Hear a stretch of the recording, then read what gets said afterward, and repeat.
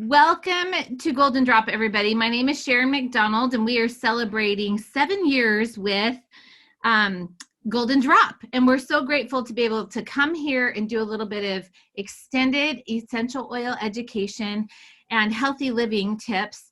If you are joining us on replay or on YouTube, watching us replay there, drop it below how you're doing and hit that subscribe button.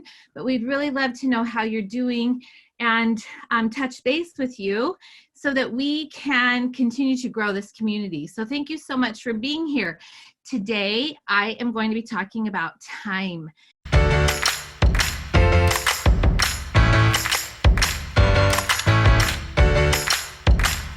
I wanted to first start off with people always ask, what does thyme, before they ask what thyme is good for, they're like, why should I even have thyme?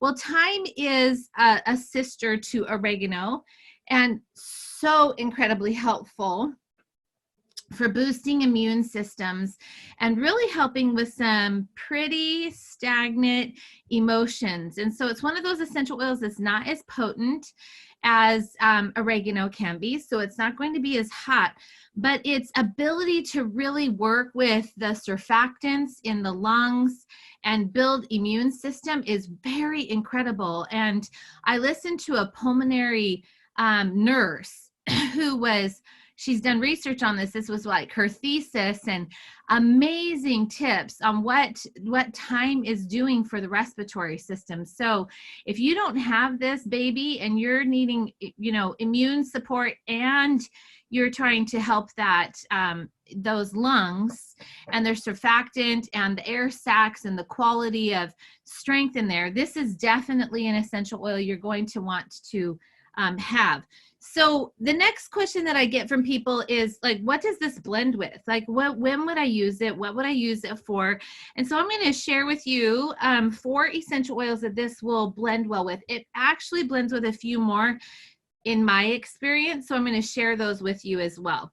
So the recommended are going to be bergamot and tea tree, okay, oregano, and rosemary. Those are the ones that normally come up, but your fir oils and eucalyptus also do very, very well with this. You can also put peppermint with this. So when I say fir oils, I'm talking about Douglas fir, Siberian fir, those types of essential oils. And then your laurel leaf, your eucalyptus, those also do very, very well with this. So I would highly recommend that you use those. Again, those are bergamot, tea tree, oregano, rosemary, your fir oils like Douglas fir, Siberian fir, and then your eucalyptus, your laurel leaf, ravensara, those types of things. That's going to really, really go well with that as well. So this is an amazing, for people who have hair loss. Oftentimes that is a little bacteria that is on the scalp and it gets into the hair follicles. And so at nighttime, if you take rosemary, lavender, and thyme and rub them together in your fingertips and then rub those on the areas that you're losing hair, it can definitely be one of those things that you can counteract and help heal up those areas. And what I mean by heal those areas up, it means it's going to stimulate the hair follicles to repair themselves and do what they were meant to do, which is to allow hair to grow out of them. And I've seen this many, many times. Thyme is also really great for dermatitis. It's a great essential oil for skin, which is so crazy, but it helps with greasy hair, oily hair, hair loss, dermatitis, eczema. It's really helpful and supportive for that. It's also really good for blood clots. And so I'm going to go back to a product that I don't have here in my hand because it's down in our house and not in our office, DDR Prime, the capsules. This thyme is in those along with sweet summer savory. And you guys, the combination of essential oils in that capsule is so helpful for your overall immune system, for cellular repair, helping those cells really start to clean the receptors and communicate and fight for themselves. So I'm glad to see the little hands shaking and clapping for that, because it's really, really good. Now let's talk about radiation wounds. Okay, you know, those who have been going through chemotherapy and have radiation wounds. I said this was really good for the skin, right? It's one of those essential oils that they're finding that's very helpful for helping the skin repair itself. And the way I would do that is you just take an organic natural lotion. doTERRA has a really great 3-pack. The price on that is phenomenal. Yep, that's great. Thanks, Kira, for holding that up. It's amazing. And I'll have you hold that up again. And then you can also use something like your coconut oil. That is also very, very, very, very helpful. And it allows or Correct-X. Now, Correct-X is my ultimate favorite, because what Correct-X does is, with its emollients that are in it and its helichrysum and its other essential oils, it's really healthy for the skin. So it's going to help those places of eczema, those places of concern, and the wounds that might be there from radiation or another way. So I'm gonna highlight Kiera Wells, and she's going to show you these products one at a time. So Kiera, can you go ahead and show? This is Correct-X. This is what it looks like, and it does not take very much of that ointment, does it? Yeah, it's amazing. It's such a great. You're muted, sister. It's so loud in my house. My kids are everywhere. Okay. So you know what? Everybody's kids are. So show us the Correct-X again really quick. Just pull that up. This is petroleum free, and most ointments that you get from the store have petroleum. That is literally like putting gasoline on your skin. We know that that's not healthy. You only need a teeny tiny bit. Thank you, Kiera. Nice. Show everybody. Yep. I mean, that little bit is going to take care of a really, really nice area. Yeah, it's so good for your skin. And then the lotion is, as for some people, it's not, they think that it's a little watery because it's not thick. And I'll tell you what, it's a great lotion. If you want to be like Bath and Body Works at your house, it's lovely. And I like the texture of it. And so creamy and rich, right, Kira? yes, and I will tell you, I have seen a lot of people, and it's varying different oils and stuff, but they can take the little plastic pipettes. I'm certain that I have one back there on my supply shelf somewhere, but I'm not going to dig it out. But those little cheapo disposable plastic pipettes, and they will take a fresh tube of this unscented lotion and pipe in quite a lot of whatever oil they want in the whole thing. Yeah. And then shake it up. I have one girlfriend that does this with a bottle of Terra Shield. Yes. They use that for lotion because they go out hiking a lot. And so it does that all over their legs and their arms and the back of their necks and stuff before they go out. And it just helps that Terra Shield or whatever you're using. I know we're talking about Thyme. That's a good one too. But, you know, putting something into that lotion so that you're getting that constant use all over your body. Oh my gosh, that is the best hack ever. That is going to be a Minute Monday, and I am crediting you and whoever told you about that. Well, you know what? The first person that I saw do it was Mandy Kuhn. Oh, okay.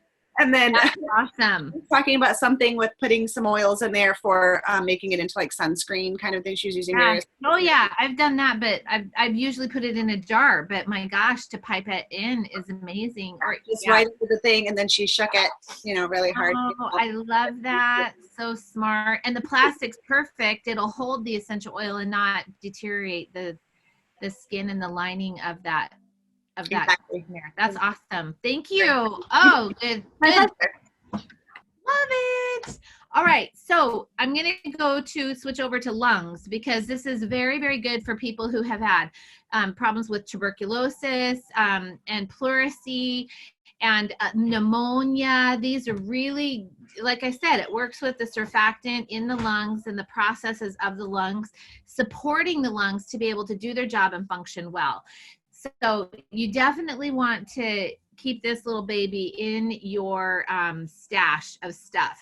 Okay, before we end, I want to go over two things. I'm going to give you a recipe. So while I'm sharing the emotional aspects of this essential oil, I want you to grab a paper and a pen so that you can take the notes on this for this recipe that I'm going to give you. So we are going to talk about thyme. And what's interesting is thyme is amazing for releasing and forgiving.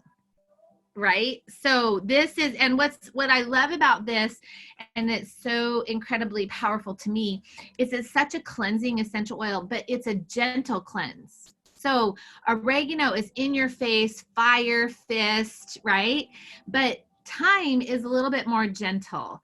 And that's why, you know, if I could have thyme in a bottle, it's very similar to this analogy of that beautiful song. So thyme is one of the most powerful cleansers of the emotional body and assists in addressing trapped feelings, which have been buried for a very, very long time. It reaches deep within the body and the soul, searching for unresolved negativity. Thyme also brings to the surface old and stagnant negative feelings. And I'm going to add in here generational as well. Okay, so it's going to help with those, because, you know, when we talk about this is becoming a conversation, you know, a shift in this conversation of what do we take from our parents. It's real, right? Muscle memory is real, and it's passed through those genes because we are part of our parents' history. So it's really important to know that these essential oils are a very gentle unlocker. You're not going to find yourself overwhelmed with these, you know, these emotions and dealing with someone else's stuff. But what it's going to do is open the door to beauty and grace and flow in a way that will not keep it stagnant like a cesspool. And that's generally what happens. That's why it gets stuck and trapped, and we find ourselves kind of going back to old patterns so often. And this is a good pattern breaker. So thyme brings to the surface these feelings, and in particularly helpful for treating the toxic emotions of hate. These are really important: hate, rage, anger, resentment, which causes the heart to completely close up. And we know when the heart chakra is closed and that heart wall is hard, hardened from emotions, whether they're your own emotions passed on to you through experiences, or maybe someone else's garbage that we allow ourselves to take on, then it is not going to be helpful for us being our very best selves and presenting ourselves to our home and our community and our loved ones the way that we want to. So thyme really transforms this hate and anger into love and forgiveness. So I'm going to give you I'm going to tell you where to put this and apply this, and give you another essential oil that is really good for it. I'm going to lean over into my essential oil, and I'm going to grab Forgive from the Emotional Wellness, Emotional Aromatherapy line, because this is how I would use this and how I have used this. So I would take this and drop it on my finger, 1 drop of thyme, and I would do 2 things. I would rub the back of my neck and over my heart at the same time, okay? This is to really help. The spine gets it through the whole system, okay? And allows it to start pulsating through the spinal column and then over the heart. And then I would take, and thyme doesn't burn your skin. It's not gentle. And then rubbing the Forgive, same thing, over the top of that, and then on the back of the neck. And then rubbing your hands together and breathing that in. And I'll tell you, and then I like to rub the excess in my hair. I can't tell you how often people are like, my gosh, you smell so good. You smell like an herb garden. Or, oh my gosh, you smell like tangerines, which is, you know, one of my very favorite essential oils to use in my hair. And so you can use it over your lower stomach, you know, lower stomach, that solar plexus is a place where we hold emotion. If you find your hips, you have sciatica issues, this is a place where, you know, emotions really, really hold in our hip area, especially for women, because that's what we do. Another way that you can do this is to drop 1 or 2 drops under your tongue. Because I don't have water, I'm not going to demonstrate it because I don't want it sitting in my mouth. But I love to drop it under my tongue. You tip your head back, lift your tongue and drop it, and then you chase it with water, and it doesn't sit on your taste buds. Okay. So the next question that the recipe that I want to share with you. So make sure that you get your what are they called? Your paper and pen out so that you can get this. This is a detox bath.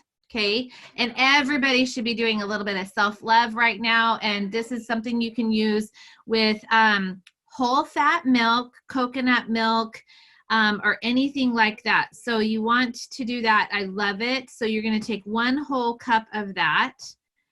And I would recommend putting this in one of your, like a Pyrex container, and then a little whisk. And this is what you would do to add it into your bath. This is so amazing. This is not my own recipe. I did get this from someone else who does not have a name. I can't even tell you the name of the person that has it. So 1 whole cup, a cup of whole fat milk. Okay. You can use coconut milk if that's all you have. Nut milk would be fine as well. So you're going to put that together with 1 teaspoon of a carrier oil, like fractionated coconut oil, almond oil, apricot oil, grapeseed oil, jojoba oil, something like that. That's liquid, not fat, cloggy, like coconut oil we cook with. Then you're going to drop in the following essential oils into this, okay? 2 drops of tea tree, 2 drops of eucalyptus, 2 drops of lavender, 1 drop of thyme essential oil. Okay. And then you can throw in a cup into the bath itself after you pour that in, a cup of baking soda, a cup of Epsom salt, and a cup of sea salt. So it is literally like your most glorious bath you could possibly imagine. I'll say that again. After you put your essential oils in that mixture, you whisk it up, you can pour it right into the bath. You're going to add 1 cup of baking soda, 1 cup of Epsom salt, okay, and then 1 cup of sea salt.